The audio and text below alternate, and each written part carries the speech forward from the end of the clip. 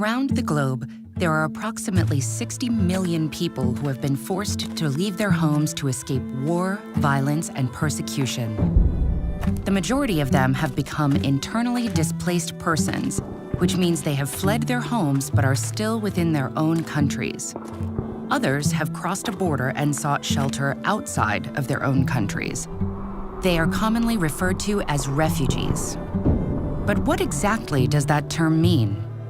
The world has known refugees for millennia, but the modern definition was drafted in the UN's 1951 Convention relating to the status of refugees in response to mass persecutions and displacements of the Second World War. It defines a refugee as someone who is outside their country of nationality and is unable to return to their home country because of well-founded fears of being persecuted.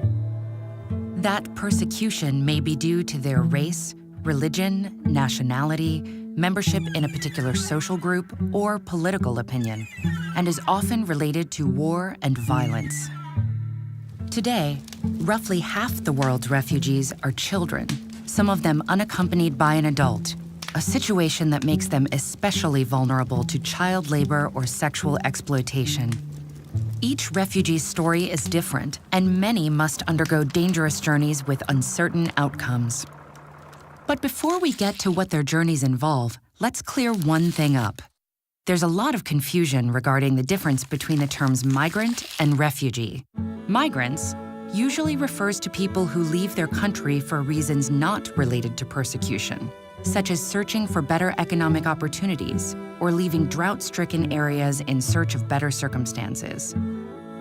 There are many people around the world who have been displaced because of natural disasters, food insecurities, and other hardships. But international law, rightly or wrongly, only recognizes those fleeing conflict and violence as refugees. So what happens when someone flees their country? Most refugee journeys are long and perilous, with limited access to shelter, water, or food. Since the departure can be sudden and unexpected, belongings might be left behind, and people who are evading conflict often do not have the required documents like visas to board airplanes and legally enter other countries. Financial and political factors can also prevent them from traveling by standard routes. This means they can usually only travel by land or sea and may need to entrust their lives to smugglers to help them cross borders. Whereas some people seek safety with their families, others attempt passage alone and leave their loved ones behind with the hopes of being reunited later. This separation can be traumatic and unbearably long. While more than half the world's refugees are in cities, sometimes the first stop for a person fleeing conflict is a refugee camp, usually run by the United Nations Refugee Agency or local governments. Refugee camps are intended to be temporary structures, offering short-term shelter until inhabitants can safely return home, be integrated to the host country, or resettle in another country. But resettlement and long-term integration options are often limited. So many refugees are left with no choice but to remain in camps for years and sometimes even decades. Once in a new country, the first legal step for a displaced person is to apply for asylum. At this point, they're an asylum seeker and not officially recognized as a refugee until the application has been accepted.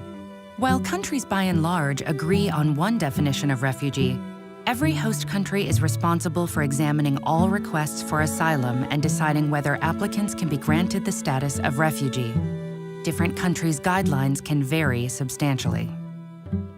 Host countries have several duties towards people they have recognized as refugees, like the guarantee of a minimum standard of treatment and non-discrimination. The most basic obligation towards refugees is non-refoulement, a principle preventing a nation from sending an individual to a country where their life and freedom are threatened. In reality, however, refugees are frequently the victims of inconsistent and discriminatory treatment. They are increasingly obliged to rebuild their lives in the face of xenophobia and racism. And all too often, they aren't permitted to enter the workforce and are fully dependent on humanitarian aid. In addition, far too many refugee children are out of school due to lack of funding for education programs.